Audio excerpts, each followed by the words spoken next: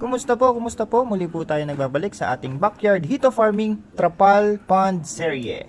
So ngayon po, papaarawan naman natin ang ating mga alagang hito kasi isa din yan sa essential na kailangan nila para mas maging okay ang metabolism nila at mabilis silang lumaki. Ito din ang naging isang advantage ng sunshade net na setup dito sa aking trapal pond. Nasa around 2,000 fingerlings nga pala ang inaalagaan natin na hito dito sa ating tatlong trapal pond setup. Sa mga nagtatanong, nabili ko ang sunshade net through Shopee. Pero ang trapal, nabili ko siya through Facebook Market. Shoutout nga po pala sa mga kuyas and ates ng The Fraternal Order of Eagles, Philippine Eagles, lalong-lalo na sa Kahayag Carmen Eagles and Lady Eagles Club ng Davao Region 2. Bago lang din tayong nag-water change. So nagpalabas tayo ng around 20% na tubig para mapalabas natin yung ibang sludge or dumi na nakaka-contribute sa pag-build up ng ammonia sa tubig.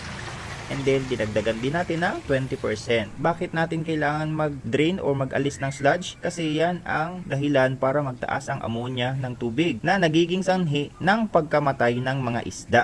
Since first time at baguhan pa po ako sa ganitong pag-aalaga ng hito, nag-research din po ako sa mga kailangang mga dapat gawin at iwasan. Kaya sa madaling sabi, nasa trial and error phase din ako. Buti na lang, mayroon akong isang kasamahan sa trabaho na nag-aalaga na ng hito. Binibigyan niya ako ng mga tips at advices, gaya na lang ng paggamit ng mga probiotics. Kaya big shout out kay Marcus Collins. Salamat sa iyo, Gold! Shoutout din kay Kuya Haris Kibo, Ate Vanji Galaura, Kuya Jamil Maog at Kuya Mac Vale from Kahayag Carmen Eagles and Lady Eagles Club. That's all for today's video. Till next upload!